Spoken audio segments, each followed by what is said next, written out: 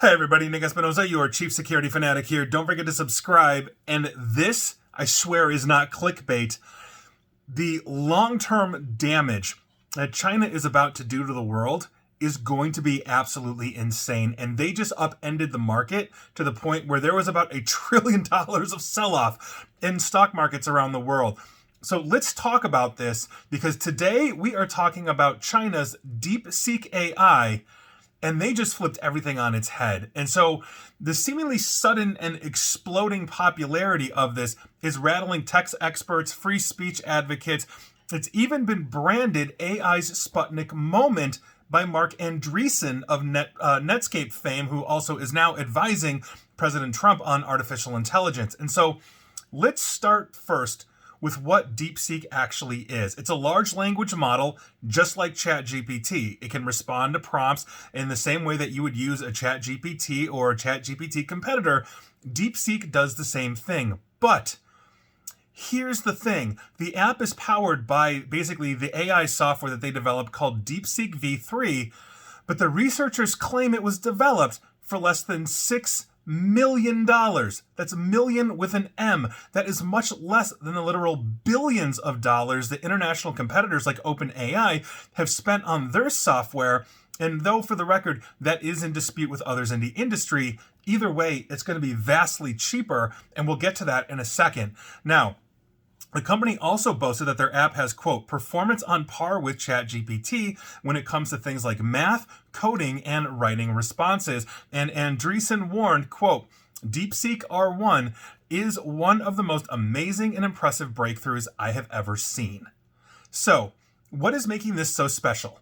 Now, DeepSeek's AI models are powered by advanced chips, but since 2021, the US government has essentially restricted the sale of those chips to China in order to stunt Chinese progress on artificial intelligence and supercomputing. So, to get around this supply problem, Chinese developers started collaborating with each other and experimenting with new approaches.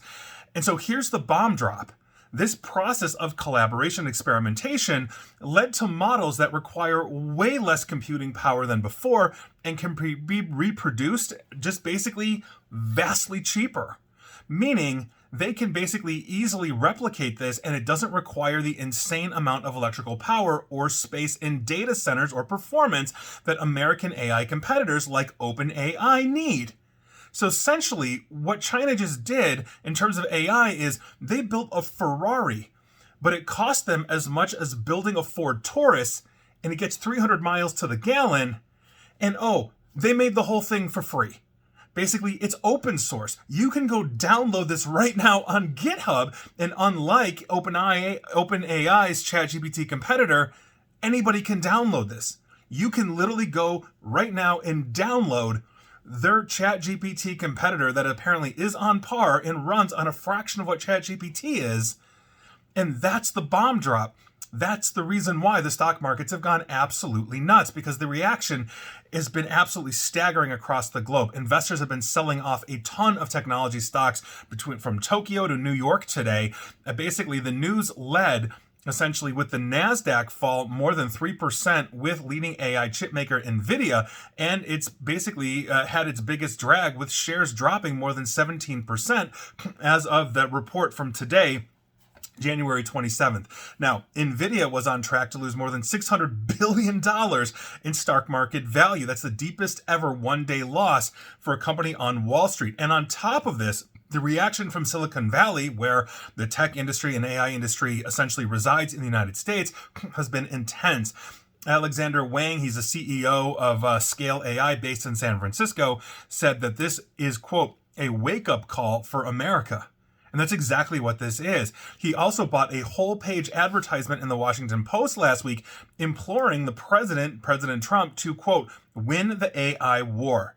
Now, to be fair, President Trump has already emphasized his ambition to secure America as the world capital of artificial intelligence during his inauguration speech. He basically announced the $500 billion AI Stargate investment program last week.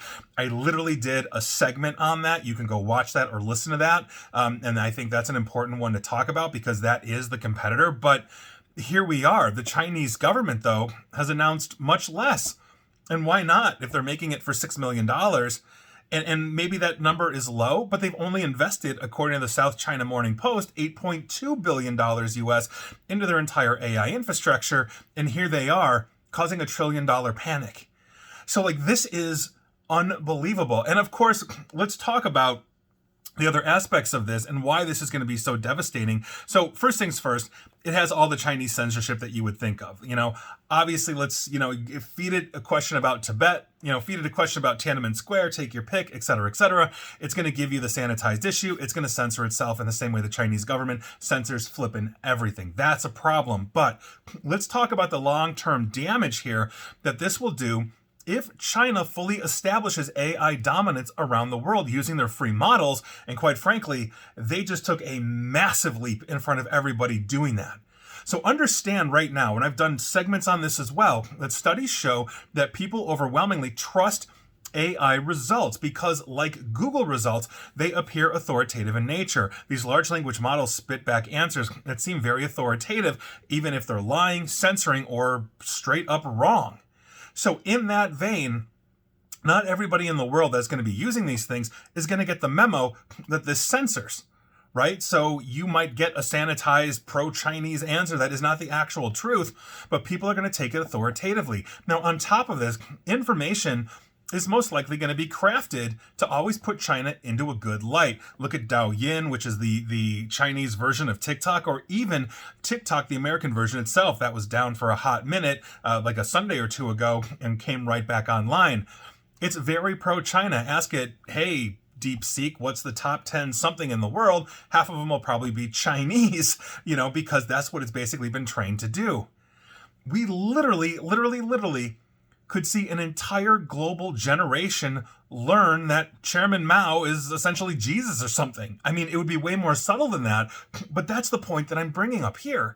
This is a huge, huge issue in the sense that it's free, everybody can use it. I can go download it and run it on not a data center worth of firepower, and that's a huge thing. This is also, for the record, and I really do believe this is like giving a chimp a machine gun. Now, it's open to the world. Again, you can go to GitHub. You can literally download it right now. So violent terrorists can download it.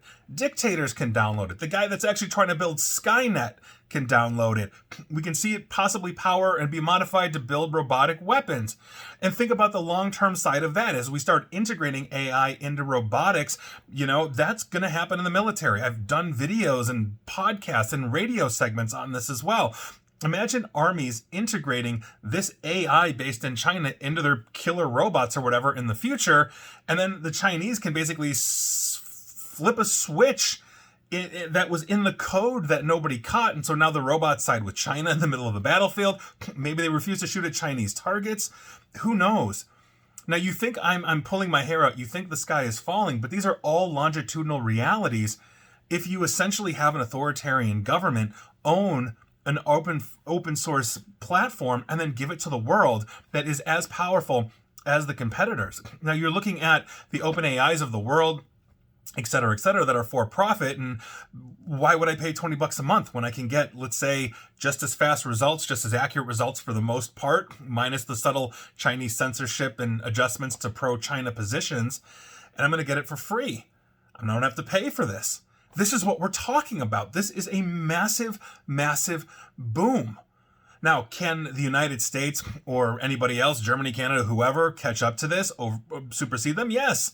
This is what the space race was all about in the 1960s. And this is exactly what it is, except the Chinese beat us to the moon. We essentially basically made Sputnik. I disagree with Andreessen. We put Sputnik out there with ChatGPT, et cetera, et cetera. They just landed on the moon and they did it for cheap. So the next one is Mars. And we're all working towards this. So yes, the Chinese do not have to be dominant, but they are absolutely leading this in the same way the Soviets were leading in the 60s until the Americans caught up. So I have hope, I have faith. I really hope that this happens. But quite frankly, when we're looking at for-profit companies and spending $500 billion when, the Chinese are spending 1/50th of that and they're getting the same results, we really have to go back to the drawing board. And I'll leave it at that.